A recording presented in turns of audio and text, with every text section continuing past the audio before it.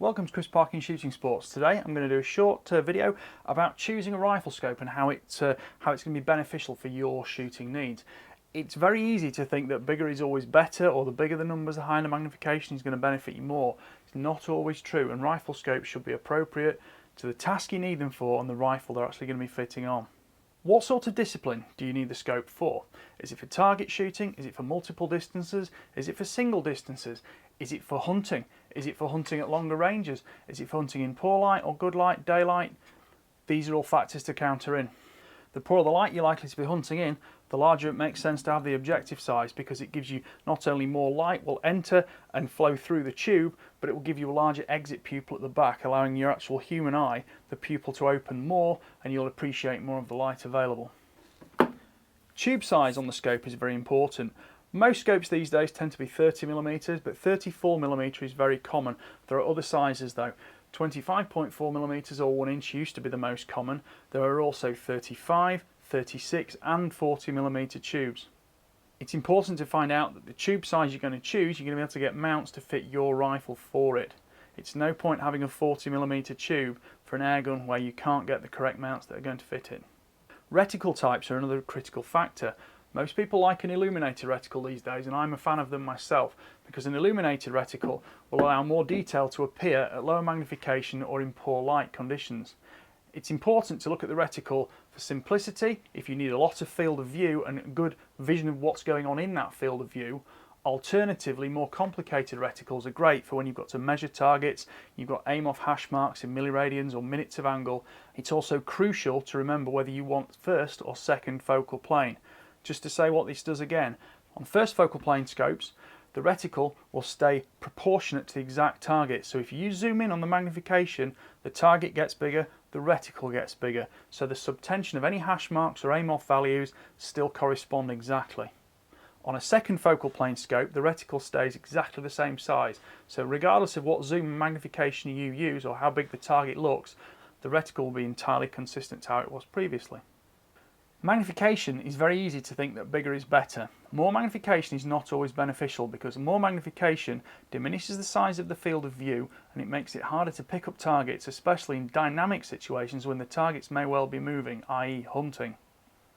The actual type of target you're engaging is also critical. If the targets are very small, yes, you will likely need more magnification, but if the targets are physically quite large, regardless of distance, you don't necessarily need a huge magnification factor. Most scopes offer a magnification range that varies alongside the erector tube. This can be either a 4x, 5x, 6x, even 8x zoom ratio. So for example, if a scope is a 3:12, that is a 4x zoom ratio. If the scope is a 3:15 magnification or a 5:25 magnification, that means it's a 5x zoom range and 5x erector tube zoom ratio. Minimum and maximum magnification are the most crucial values, although generally speaking most people will spend most of their time somewhere in the middle, and I would always say, especially when hunting, you've often got time to wind magnification up, but you've rarely got time to wind magnification down. So get into the habit of, when you're carrying your rifle, wind it back down to the lowest setting. You'll see in front of you there's a lot of scopes here, and I'm going to go through them one by one in a second. But external adjustment is a very common factor nowadays, and for people who want to shoot multiple distances, having an external adjustment turret makes things a lot easier for dialing for different distances after you've actually calculated the dope, which is data on previous engagement of your actual ballistic trajectory of that particular ammunition type. External adjustments can work with locking turrets, with non-locking turrets, lift to turn, push down to turn even, or they might still be under a cap itself. Traditionally speaking, scopes had quite a low cap sometimes, and what that meant was you could just take the cap off and you might be a fingertip or a coin turn or a screwdriver to turn to zero the scope for one distance and just leave it alone. The physical size of a scope is often underestimated, and especially on smaller rifles it can be difficult to make a larger optic fit. There is also the factor of the eye relief that the scope offers. Sometimes on a smaller rifle with a longer, larger magnification scope, it can't physically get the scope far enough forwards to make sure that the shooter can see the full circular field of view without any vignettes. Therefore it's important not to pick a scope that won't physically fit your rifle or the shooter. Look at factors like the length of pull of the rifle, the amount of available tube space on the scope, whether the scope mounts on 2 points or whether it's got a rail to mount onto. So looking what the numbers actually mean, this is a 4 to 16 by 44 scope. That means the magnification goes from 4 to 16, and the objective lens at the front is a 44mm diameter within this tube. Here you can see we've got adjustable turrets, and these can be removed to set up for 0 so that the markings on the back of the tube will actually show you exactly where you want to be when you've dialed in your correct ballistic compensation. Factors like parallax adjustment are very useful.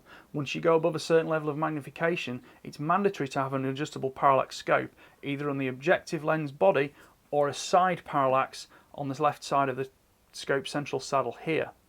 Generally speaking, parallax is less noticeable at lower magnification and can be confused with actual focus. Bear in mind, many rifle scopes that are fixed magnification or fixed parallax are designed to focus and be parallax free at 100 meters from a shooting environment. Now if you go much shorter than that, for example on air rifle or a rimfire, if you can't dial that parallax shorter, you'll never get true focus. There are also other issues to do with parallax and the actual movement of the reticle relative to your head position and eye position on the stock, which can affect your point of impact. So this Element Helix scope is kind of the entry level of the Element range, and Element offer you a good choice of different options. If we look here, this is the Nexus. So generally speaking, although it looks quite similar externally, the lens quality, the coatings on the lenses, the mechanics within are all made or coated to a slightly higher level, higher specification with better quality control. That's not to say the Helix is a poor scope.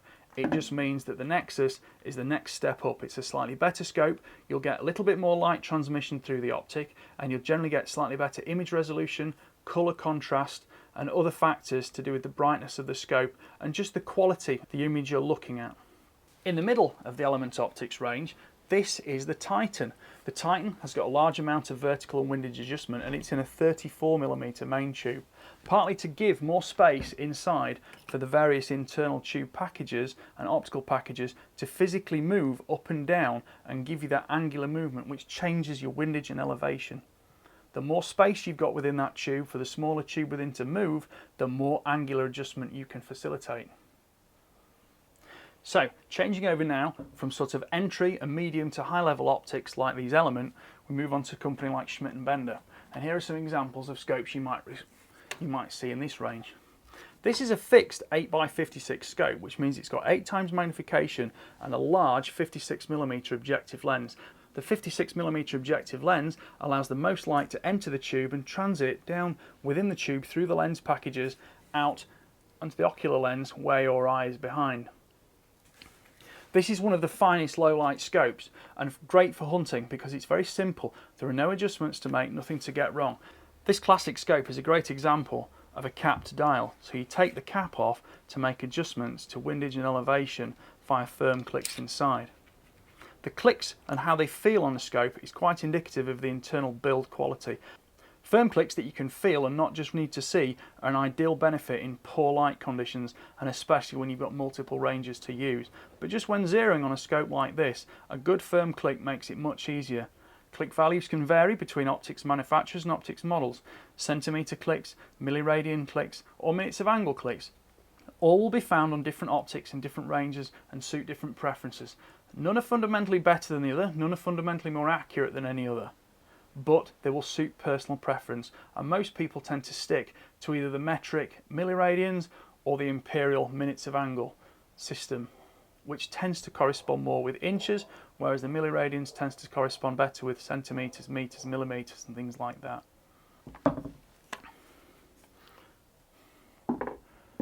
Schmidt and Bender are a premium optical manufacturer that makes some of the finest scopes in the world. You can move on from something like the fixed 8x56 at one end of the scale to something like this at the other, which is the PM2. Now the PM2 comes in all sorts of specifications, but it used to stand for police marksman. These are ideal for long distance shooting and also for shooting over multiple ranges. They have locking turrets that lift and click to make sure you don't accidentally adjust anything. There are fine dials to alter magnification, and on the left side we have parallax control as well. Again, it's a larger 34mm tube enabling more elevation and windage adjustment for the internal erector tube to move to give you that adjustment on target to compensate for range and wind.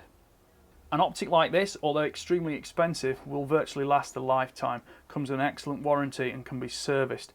It is something that will live longer than the rifle itself.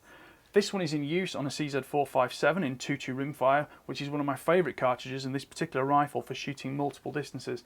But I also use these on centerfires, but 6.5 Creedmoor, 243, 308, 338 Lapua, 300 Win Mag, all sorts of things like that. It's 90mm of eye relief and it's ideal to get the best from a larger, heavier rifle used over multiple distances. Many people will say 100mm eye relief is great for a Magnum rifle, and I would tend to agree, but just remember, if you move a 100mm eye relief scope to a small rifle like an airgun or a rimfire, the rifle itself can be physically quite small and difficult to space your face away from. So bear in mind that more eye relief is not always necessarily better for all circumstances. Just to give you a completely contrasting opinion on the larger tactical scopes on 34mm tubes, this is a similar scope. This is actually a Minox ZP5 and this is a 3-15, so still, like the 5-25, it's a 5 times erector tube in terms of the magnification. It's just the base level magnification is now 3, which can be zoomed up to 15. The big difference here is that because of the difference in magnification and the fact that internal lens packages are slightly shorter, it means that you can get more vertical and lateral movement on the internal erector tube to give you even more windage and elevation range. With a 25-pound magnification, it's excellent for smaller targets, but for example, if the targets aren't very small, the 15 power is still satisfactory, with the benefit of that greater windage and elevation adjustment for what may seem to be an inferior optic, which in certain circumstances may be true, but there are benefits to those things. Any optic you buy is a balance between the mechanical capabilities of the scope and the optical capabilities of the scope. And although many scopes like to advertise they will be the best of both worlds, just bear in mind that sometimes favouring mechanics can take money and budget away from the optical development of the lens packages within the tube itself, both in terms of the lens coatings and the lens grinding, which is the precision which gives you those beautifully focused, crisp images. I hope this video has helped a little bit. Thank you to Sportsman Gun Centre for sending all these rifles and optics for me to use in this video today. Please like, please subscribe, please click the notification bell and comment on these videos because the comments are what drive us to make more. Thank you for watching. Bye for now.